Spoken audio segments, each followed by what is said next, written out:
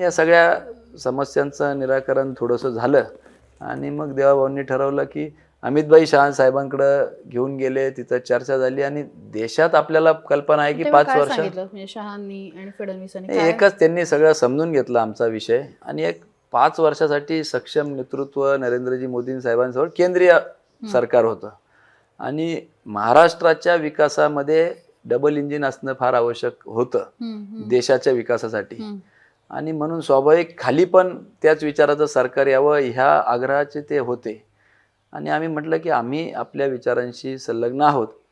त्यांनी त्यावेळेस सांगितलं आम्हाला की आपल्यासारखे लोक पक्षामध्ये राहायला पाहिजे.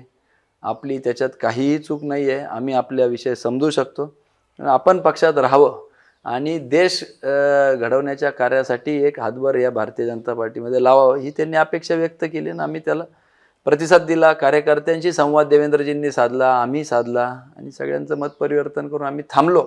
नुसतं थांबलोच नाही तर जे लोकप्रतिनिधी 2019ला ताईंच्या विरोधात 800 मतांनी निवडून आले होते ते आम्ही जवळपास 1,25,000 मतांनी महाराष्ट्रात टॉप 5 मध्ये अगदी त्यांच्या पक्ष अध्यक्ष अजितदादांपेक्षाही जास्तीच्या मतांनी निवडून आणले.